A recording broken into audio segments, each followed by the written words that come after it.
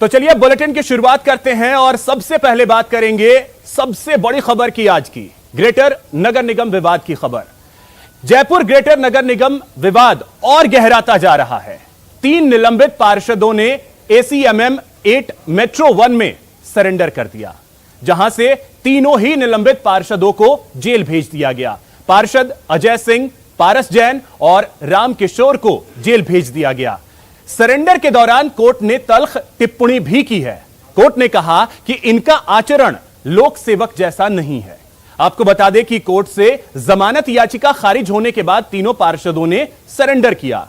तीनों पार्षदों पर आयुक्त से मारपीट, बदसलूकी और राजकार्य में बाधा डालने का आरोप है। वहीं पार्षद शंकर शर्मा ने अस्पताल में भर्ती होने का हवाला दिया है।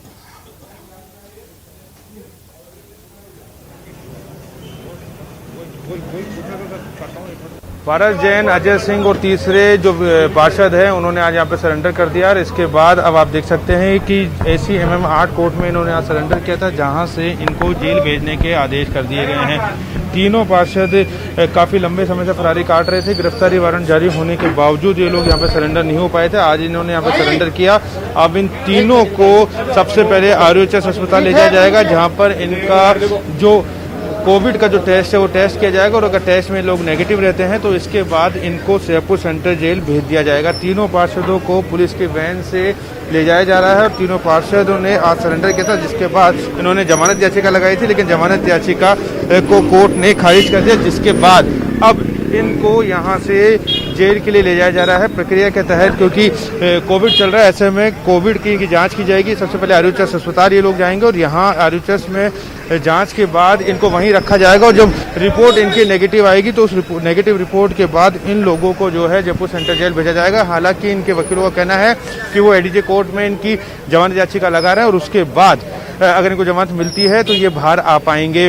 इन लोगों पर जो नगर निगम ग्रेटर के आयुक्त है यज्ञमित्र सिंह देव, उनके साथ मारपीट, बदसलूकी, राजकार्य में बाधा डालने का मामला दर्ज है। इसका खिलाफ चालान पेश हो चुका था, लेकिन वो कोर्ट में पेश नहीं हो रहे थे, जिसके बाद इन्होंने आज कोर्ट में सरेंडर किया था। कैमरा पर्सन भवनी सिंह के साथ सचिन कुमार, News 18 जयपुर। तो इसी खबर पे और अधिक जानकारी के साथ हमारे सहयोगी सचिन जयपुर से सीधे इस वक्त हमारे साथ जुड़ रहे हैं। सचिन, अगर इस विवाद की बात कर लें तो तीनों पार्षद जेल तो चले गए हैं, उसके बाद ऐसा लग रहा है ये विवाद और भी आगे गहराने वाला है।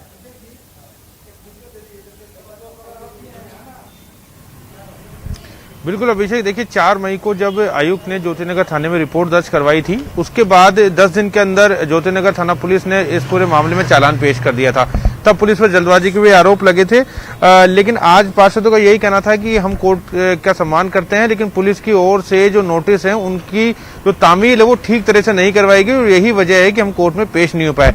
पार्षदों के वकील की ओर से ये भी कहा गया कि ये जिस तरह की धाराओं का प्रयोग इन पे किया गया है वो धाराएं केवल किसी आम व्यक्ति पर लग सकती है। पार्षद भी लोक सेवक हैं और जो आयुक्त है वो भी लोक सेवक है। ऐसे में पुलिस ने धाराएं इन पे गलत लगाई है, लेकिन कोर्ट ने इसी चीज को ग्राउंड बनाया और कोर्ट ने कहा कि जब ये लोक सेवक है तो जो इनका आचरण था वो लोक सेवक जैसा नहीं रहा, इनको सौहार्दपूर्ण आचरण रखना चाहिए था।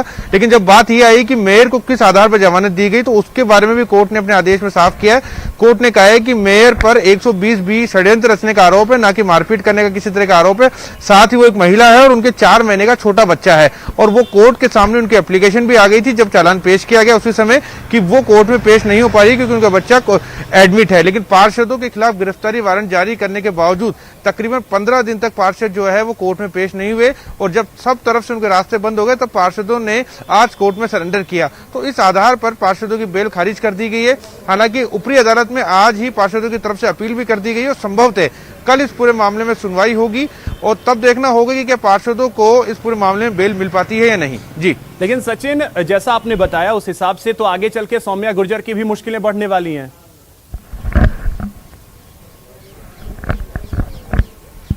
बिल्कुल, देखिए मेयर सौम्या गुर्जर इस पूरे मामले में जो सारा घटनाक्रम है उनके आसपास ही घूम रहा है, क्योंकि मेयर इस वक्त सुप्रीम कोर्ट में पहुंच चुकी है सिविल केस को लेकर। क्रिमिनल केस को लेकर अभी मामला पेंडिंग चल रहा है राजस्थान हाई कोर्ट के अंदर।